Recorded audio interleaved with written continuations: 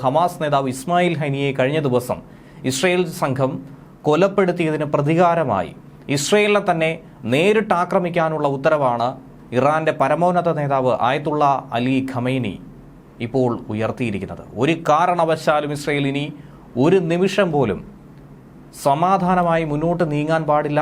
ഇസ്രയേലിന്റെ നേതാവിനെ വളരെ വേഗത്തിൽ തലയറക്കുക എന്നുള്ള മുന്നറിയിപ്പാണ് നൽകിയിരിക്കുന്നത്. റവല്യൂഷണറി ഗാർഡിലെ 2 അംഗങ്ങൾ ഉൾപ്പെടെ 3 ഇറാനിയൻ ഉദ്യോഗസ്ഥരെ വ്യക്തമാക്കിക്കൊണ്ടാണ് ന്യൂയോർക്ക് ടൈംസ് ഇക്കാര്യം ചൂണ്ടിക്കാണിച്ചിരിക്കുന്നത്.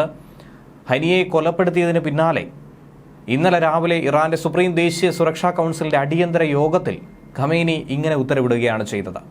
ഹനിയുടെ രക്തത്തിന് പകരം ചോദിച്ചിരിക്കും.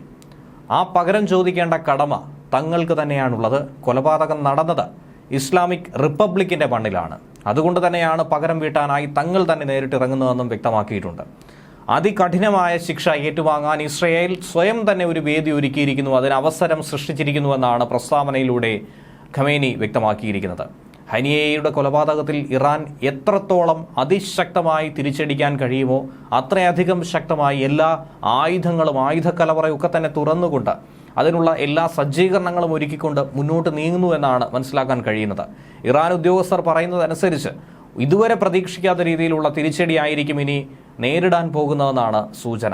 ടെൽ അവീവിനും ഹൈഫയ്ക്കും സമീപത്തുള്ള സൈനിക കേന്ദ്രങ്ങളിൽ ഡ്രോണുകളും മിസൈലുകളും ഉൾപ്പെടുന്ന സംയോജിത ആക്രമണം ഇറാനിയൻ സൈനിക കമാൻഡർമാർ മനസ്സിൽ കരുതിയിരിക്കുന്നു. അതിനുള്ള തയ്യാറെടുപ്പുകൾ നടത്തുന്നുവെന്നതാണ് പ്രധാനപ്പെട്ട വിവരം.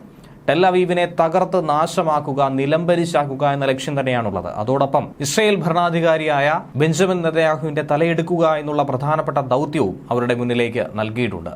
എന്നാൽ പൊതുജനങ്ങളുടെ ജീവൻ എടുത്തു കഴിഞ്ഞാൽ അത് രാജ്യാന്തര നിയമങ്ങളുടെ ലംഘനമായി മാറുമെന്നും യമൻ, സിറിയ, ഇറാഖ് എന്നിവിടങ്ങളിൽ നിന്നുള്ള സഖ്യസേനകളുമായി ചേർന്ന് സംയുക്തമായി ആക്രമണം നടത്തുമ്പോൾ ഈ രാജ്യങ്ങൾ ഒറ്റപ്പെടുന്ന ഒരു സാഹചര്യം ഉണ്ടാകുമെന്നുള്ള തിരിച്ചറിവിന്റെ അടിസ്ഥാനത്തിൽ പൊതുജനങ്ങളുടെ സുരക്ഷ കൂടി ഉറപ്പാക്കും. അത് പരിഗണിച്ചു കൂടി മുന്നോട്ട് പോകുമെന്ന് അറിയിച്ചിട്ടുണ്ട്.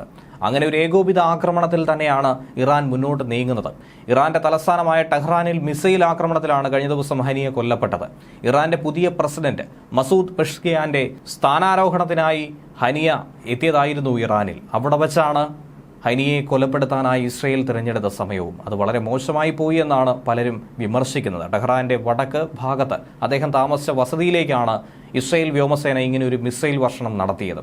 ഹനിയെ കൂടാതെ ഒരു അംഗരക്ഷകനും ഇക്കൂട്ടത്തിൽ കൊല്ലപ്പെട്ടു. ഇന്ത്യൻ സമയം ഇന്നലെ പുലർച്ചെ 4 മണിക്കായിരുന്നു ഈ ആക്രമണം ഉണ്ടായത്.